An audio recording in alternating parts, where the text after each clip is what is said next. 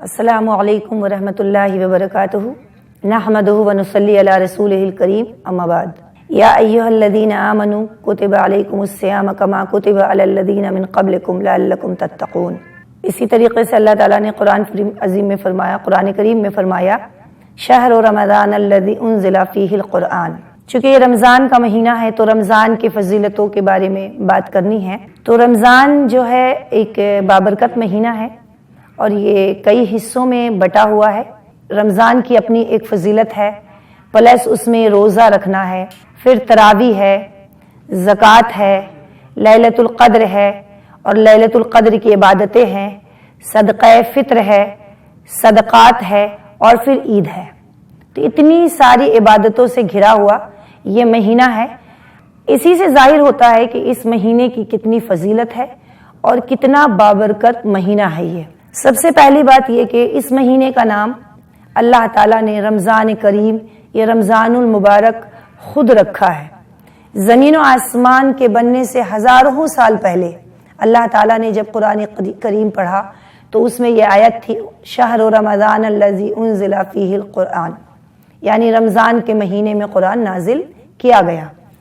سال کے 12 مہینے کے 11 مہینوں کے نام عوام نے رکھے ہیں، لیکن رمضان کے مہینے کا نام اللہ تعالیٰ نے خود رکھا ہے۔ یہ ایک فضیلت ہے رمضان کی۔ دوسری فضیلت یہ ہے رمضان کی کہ رمضان کے جو معنی ہیں، رمضان کا جو مطلب بنتا ہے، چونکہ یہ عربی نام ہے رمضا یرمزو، اس کے معنی ہے جلانا، جلا دینا، جلا کر خاک کر دینا۔ تو رمضان کے مہینے میں جب مسلمان روزہ رکھتا ہے تو اللہ تعالیٰ اس کے بھوک اور پیاس کی شدت سے اس کے گناہوں کو جلا دیتا ہے۔ نہ صرف گناہ کو جلا دیتا ہے بلکہ گناہ کرنے کی جو اندر جذبہ ہے اس کو بھی ختم کر دیتا ہے۔ تو یہ معنی ہے رمضان کے، اس وجہ سے اس کی اور فضیلت بڑھ جاتی ہے۔ تیسرے یہ کہ یہ رمضان کا جو مہینہ ہے، اللہ تعالیٰ نے اس مہینے کو اپنی کتاب نازل کرنے کے لیے، یعنی اپنا علم دنیا تک پہنچانے کے لیے، اپنا قانون، اپنی شریعت، اپنا دین، اپنے رولز اور اپنے طریقے کو دنیا تک پہنچانے کے لیے اس مہینے کو چنا ہے۔ اسی مہینے میں اللہ تعالیٰ نے ابراہیم علیہ السلام پر صحیفے نازل کیے 1 تاریخ کو۔ اسی طریقے سے 2 رمضان میں اللہ تعالیٰ نے موسیٰ علیہ السلام کو توریت عطا کیا، جو کہ اسی طریقے سے اسی مہینے میں 8 تاریخ کو اللہ تعالیٰ نے داؤد علیہ السلام کو زبور عطا کیا، اور اسی مہینے میں اللہ تعالیٰ نے دوسرے عشرے میں 18 تاریخ کو انجیل عطا کیا عیسیٰ علیہ السلام کو، اور اسی مہینے میں اللہ تعالیٰ نے شب قدر میں، جو کہ بہت ہی مقدس رات ہے، قرآن کریم کو زمین پر اتارا، لفظ اقرا سے شروع کر کے، اور غار حرا میں ہمارے نبی محمد صلی اللہ علیہ وسلم پر جو تمام آسمانی کتابوں کا نچوڑ ہے، تمام آسمانی کتابوں کا سردار ہے اور تمام آسمانی کتابوں کا خلاصہ ہے۔ تو اس طریقے سے رمضان کی فضیلت اور بڑھ جاتی ہے، اس مہینے کی فضیلت اور بڑھ جاتی ہے۔ اب اللہ تعالیٰ نے اپنے فرض عبادت، یعنی نماز اور روزہ، یہ فرض عبادتوں میں سے ہے، تو اللہ تعالیٰ نے اپنی ایک فرض عبادت کے لیے اس ماہ مبارک کو چنا ہے کہ اس مہینے میں جو بندہ میرے لیے روزہ رکھے گا میں اس کا ہو جاؤں گا۔ اس طریقے سے رمضان کی فضیلت اور بڑھ جاتی ہے۔ رمضان کی فضیلت یہ ہے کہ اللہ کا عرش جو ہے اس مہینے میں پہلے آسمان پر آ جاتا ہے، یہ اس مہینے کی ایک اور فضیلت ہے۔ اس مہینے کی ایک اور فضیلت ہے کہ جنت کے تمام دروازے کھول دیے جاتے ہیں،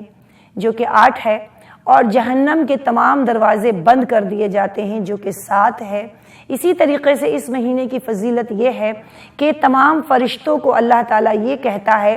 کہ روزے داروں کے دعاؤں پہ تم آمین کہو اور روزے داروں کے لیے دعا کرو۔ تو اس طریقے سے یہ مہینہ بہت ہی بابرکت، بہت ہی فضیلت اور بہت ہی مبارک ہے۔ اس مہینے میں رزق بڑھا دیا جاتا ہے، اس مہینے میں رحمتیں زیادہ نازل ہوتی ہے، اس مہینے میں عبادت کرنے کا جو ثواب ہے وہ فرض کے برابر کر دیا گیا ہے، اور جو فرض ہے اس کا ثواب 70 گنا زیادہ بڑھا دیا گیا ہے۔ اس مہینے میں لیلۃ القدر ایک ایسی رات ہے جو 1000 راتوں سے زیادہ بہتر ہے۔ اللہ تعالیٰ نے اس کے بارے میں فرمایا ہے انا انزلناہ فی لیلۃ القدر وما ادراک ما لیلۃ القدر لیلۃ القدر خیر من الف شہر من الفا شہرن، 1000 راتوں سے زیادہ ہے۔ تنزل الملائکۃ والروح فیہا باذن ربہم من کل امر سلام۔ یہ پوری جو آیت ہے، یہ جو پورا سورہ ہے، یہ صرف شب قدر کے بارے میں نازل ہوئی ہے۔ تو اس مہینے کی فضیلت یہ بھی ہے کہ اس میں شب قدر جیسی رات آتی ہے جس میں عبادت کرنے کا جو ثواب ہے 1000 راتوں کے برابر ہے۔ اسی طریقے سے اسی مہینے میں صدقات کا جو ہے، چونکہ عبادتوں کا جو ثواب ہے وہ 70 گنا زیادہ بڑھ جاتا ہے، اسی لیے اسی مہینے میں زکوٰۃ بھی ادا کیے جاتے ہیں، اسی مہینے میں فطرہ بھی دیا جاتا ہے، اور اس مہینے کے بعد عید آتی ہے۔ یہ تو تھی رمضان کی فضیلتیں، اور بھی رمضان کی فضیلتیں ہیں، اگر اس کے بارے میں بات کیا جائے تو بہت وقت چاہیے اس کے بارے میں بات کرنے کے لیے۔ اب اس مہینے میں چونکہ روزہ فرض ہے، وہ تمام عاقل بالغ مسلمان پر جو صحت مند ہے روزہ رکھ سکتے ہیں، اس پر فرض ہے روزہ رکھنا۔ اور اللہ تعالیٰ نے دنیا میں تمام جو بھی عبادتیں اپنی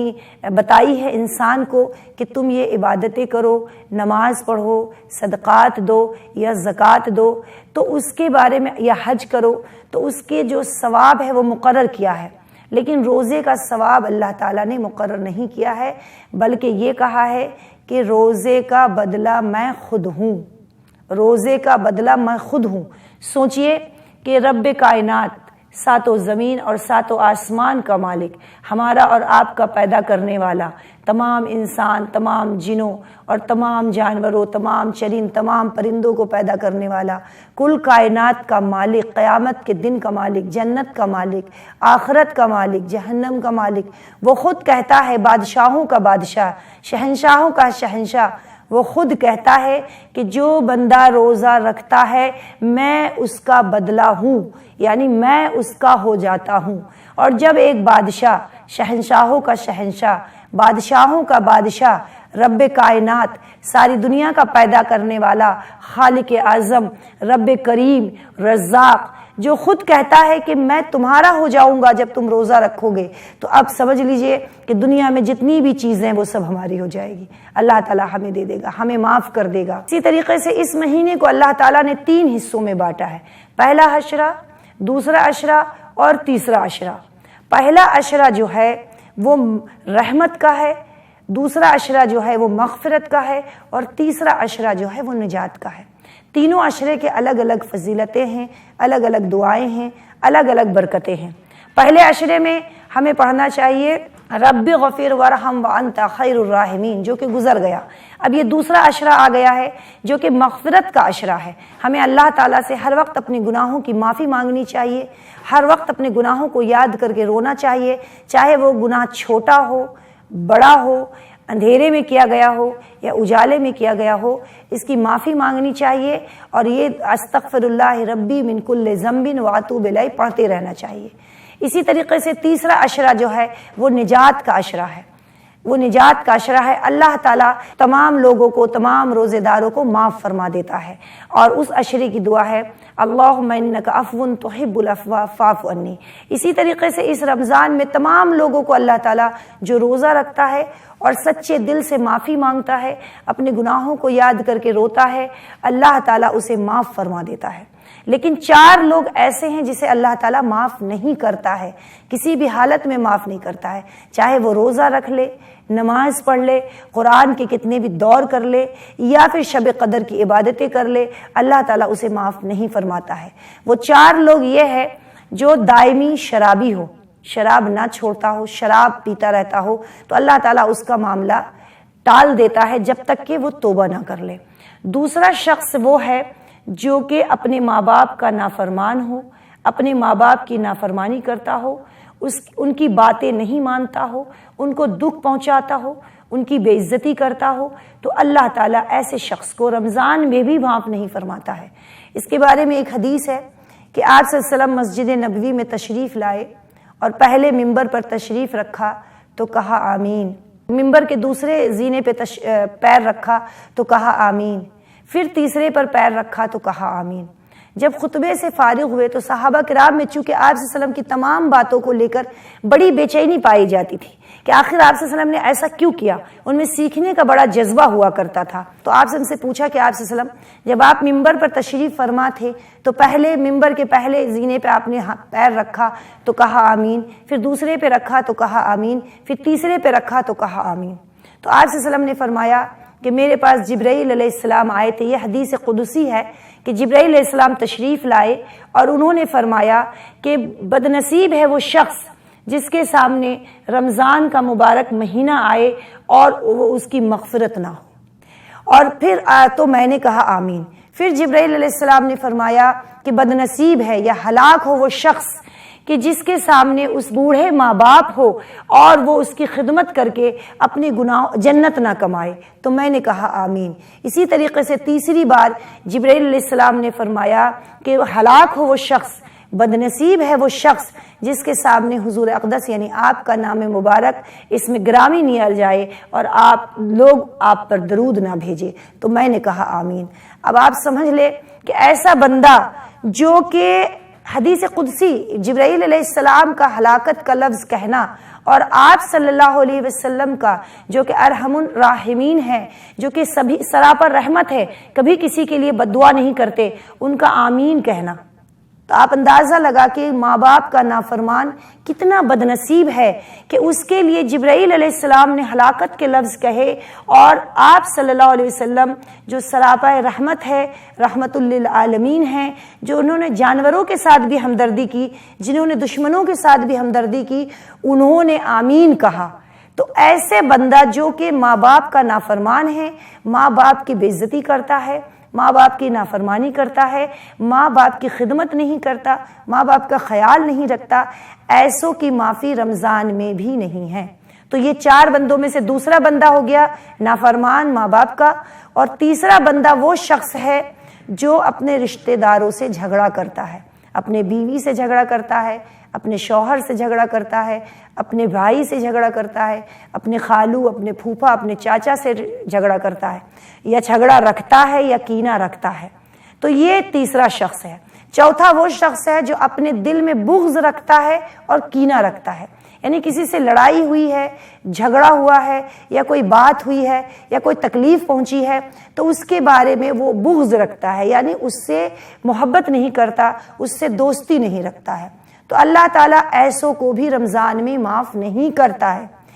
اور اسی کا دوسرا حصہ ہے کینہ۔ بغض کا دوسرا پارٹ ہے کینہ۔ جب بغض اور نفرت حد سے زیادہ دل میں بڑھ جاتا ہے تو وہاں یہ بات پیدا ہوتی ہے کہ اس کا برا ہو جائے، یہ مر جائے یا گر جائے یا اس کے ساتھ برا ہو جائے، تو کینہ رکھنے والوں کی بھی معافی نہیں ہوتی ہے۔ تو رمضان جیسے مبارک مہینے میں بھی ان چار لوگوں کی معافی نہیں ہوتی ہے۔ باقی اللہ تعالیٰ کہتا ہے آؤ ہم تمہیں بخش دے، آؤ تمہیں جو مانگنا ہے مجھ سے مانگو، تمہیں مجھ سے دنیا مانگنا ہے دنیا مانگو، تمہیں مجھ سے جنت مانگنی ہے جنت مانگو، تمہیں مجھ سے آخرت مانگنا ہے آخرت مانگو، تمہیں مجھ سے رزق مانگنا ہے رزق مانگو، تمہیں مجھ سے محبت مانگنی ہے محبت مانگو، تمہیں مجھ سے عزت مانگنی ہے تو عزت مانگو، تمہیں مجھ سے جو مانگنا ہے وہ مانگو، میں تمہیں دوں گا۔ اتنی فیاضی کا یہ مہینہ ہے، اتنی رحم و کرم کا بھی مہینہ ہے۔ اللہ تعالیٰ رمضان کے مہینے میں فرشتوں سے کہتا ہے روزے داروں کے لیے کہ تم میری تسبیح اور تحلیل چھوڑ دو، میری عبادتیں چھوڑ دو، بلکہ جو روزے دار دعا مانگ رہا ہے تو اس کی دعاؤں پہ آمین کہو۔ اسی طریقے سے روزے دار کی یہ فضیلت ہے کہ سمندر میں مچھلیاں بھی اس کے لیے دعا کرتی ہیں۔ جو لوگ روزہ رکھتے ہیں سمندر میں مچھلیاں بھی اس کے لیے دعا کرتی ہے، اس کے لیے مغفرت کی دعا کرتی ہے، اس کے لیے عافیت کی دعا کرتی ہے، اس کے لیے سکون کی دعا کرتی ہے، اس کے لیے عزت کی دعا کرتی ہے، اس کے لیے کامیابی اور کامرانی کی دعا کرتی ہے۔ اسی طریقے سے اللہ تعالیٰ روزے داروں کے بارے میں باتیں کر کے فخر کرتا ہے، فرشتوں پر فخر کرتا ہے۔ اسی طریقے سے روزے دار کے منہ کی بدبو جو بھوکے رہنے کی وجہ سے اس کے آنتوں سے آتی ہے، بھوکے رہنے کی وجہ سے ایک سائنٹیفک ریزن ہے کہ جب پیٹ بھوکا رہتا ہے تو منہ سے ایک قسم کی بدبو آتی ہے جو انسانوں کو پسند نہیں آتی ہے، جو انسان جس کی وجہ سے دور ہٹ جاتا ہے۔ لیکن اللہ تعالیٰ فرماتا ہے کہ یہ منہ کی جو بدبو ہے وہ مجھے مشک سے بھی زیادہ عزیز ہے۔ مشک ایک ایسی خوشبو ہے جو دنیا میں سب سے اچھی خوشبو ہے، اور مشک کی خوشبو سب سے زیادہ مہنگی بھی ہوتی ہے۔ تو اللہ تعالیٰ فرماتا ہے کہ روزے دار کے منہ سے آئی ہوئی وہ بدبو جو خالی پیٹ کی وجہ سے ہوتی ہے، میرے لیے مشک سے بھی زیادہ عزیز ہے۔ اسی طریقے سے جب روزے دار افطار کے وقت سامنے افطار رکھ کے دعا مانگتا ہے تو اللہ تعالیٰ اس کی تمام دعاؤں کو قبول کرتا ہے اور فرشتوں پر فخر فرماتا ہے کہ دیکھو میرا بندہ سامنے کھانا رکھا ہوا ہے، لیکن صرف میری رضا کے لیے، صرف میری مرضی کے لیے، صرف میرے حکم کو ماننے کے لیے وہ اسے کھا نہیں رہا ہے، وہ بھوک سے تڑپ رہا ہے، وہ پیاس کی شدت میں ہے، اس کے ہونٹ خشک ہو گئے ہیں، پیٹ کی آنتیں دکھ رہی ہے، لیکن اس کے باوجود اس کی خواہشات ہے، لیکن اپنی خواہشات کو اس نے روک رکھا ہے صرف میرے لیے۔ اسی لیے اس روزے دار کا بدلہ صرف میں ہوں، اس روزے دار کا بدلہ صرف میں ہوں، اس کو میں خود کو دیتا ہوں۔ تو یہ روزے دار کی فضیلت ہے۔ اسی طریقے سے روزے دار کی اور بھی فضیلتیں ہیں، بہت ساری فضیلتیں ہیں۔ ان کا رزق بڑھا دیا جاتا ہے، وہ امن و امان میں آ جاتے ہیں، وہ سکون میں آ جاتے ہیں۔ جہاں لوگ گرمی کی شدت میں ہائے ہائے کر رہے ہوتے ہیں، ایک روزے دار سکون سے اپنے روزے کو پورا کر رہا ہوتا ہے۔ وہ روزہ کا معنی روزہ رکھنے کو نہیں کہتے ہیں، یہ تو اردو لفظ ہے۔ روزہ جو ہم انڈیا والے بولتے ہیں یہ فارسی لفظ ہے، فارسی سے آیا ہے روزہ۔ روزہ کے معنی اصل میں روزہ عربی لفظ ہے صوم، صاد واو اور میم، صوم۔ صوم کہاں سے آیا؟ صوم کا مطلب ہے رکنا، اپنے آپ کو روک لینا، جائز چیزوں سے روک لینا، بھوک پیاس سے روک لینا، برائی سے روک لینا، آنکھیں کچھ دیکھنا چاہتی ہے لیکن آنکھوں کو روک لینا، زبان کچھ کہنا چاہتی ہے لیکن زبان کو روک لینا، ہاتھ کچھ کرنا چاہتا ہے ہاتھ کو روک لینا، قدم گناہوں کی طرف جانا چاہتے ہیں تو قدم کو روک لینا، بھوک لگی ہوئی ہے لیکن بھوک کو روک لینا، پیاس لگی ہوئی ہے پیاس کو روک لینا، ہر طریقے کے جذبات کو، ہر طریقے کی خواہشات کو، ہر طریقے کے ضروریات کو جو کہ جائز ہیں عام دنوں میں، اس کو صرف اللہ کے لیے روک لینے کا نام صوم ہے۔ اسی طریقے سے صائم اس گھوڑے کو کہتے ہیں جسے تربیت کے لیے تیار کیا جاتا ہے، جس کو لمبے ریس کے لیے تیار کیا جاتا ہے، جس کو لمبی دوڑ کے لیے تیار کیا جاتا ہے کہ جب دوڑ کا دن آئے تو وہ نہ رکے، چلتا چلا جائے، دوڑتا چلا جائے۔ اسی طریقے سے صوم یعنی روزے میں انسان خود کو جب اللہ کے لیے تمام جائز باتوں سے روکتا ہے، اپنے آپ کو روک لیتا ہے، اپنے آپ کو برداشت کرتا ہے، صبر کرتا ہے، تو اس کے اندر ایک قوت پیدا ہوتی ہے، ایک اسٹیمنا پیدا ہوتی ہے، پھر وہ دوڑنے کے قابل ہو جاتا ہے اس دنیا میں، آخرت میں، قیامت کے دن اور جنت کے لیے دوڑنے کی اس کے اندر طاقت پیدا ہو جاتی ہے۔ پھر جب وہ رمضان گزرنے کے بعد جب وہ ایک بزنس مین ہوتا ہے تو پورے ایمانداری سے بزنس کرتا ہے، کسی کو دھوکہ نہیں دیتا ہے، جھوٹ نہیں بولتا ہے، برا سامان نہیں بیچتا، کسی کا پیسہ نہیں کھاتا ہے۔ اسی طریقے سے جب روزہ رکھ کر انسان کے اندر وہ اسٹیمنا، وہ طاقت، وہ صبر جب پیدا ہو جاتا ہے تو انسان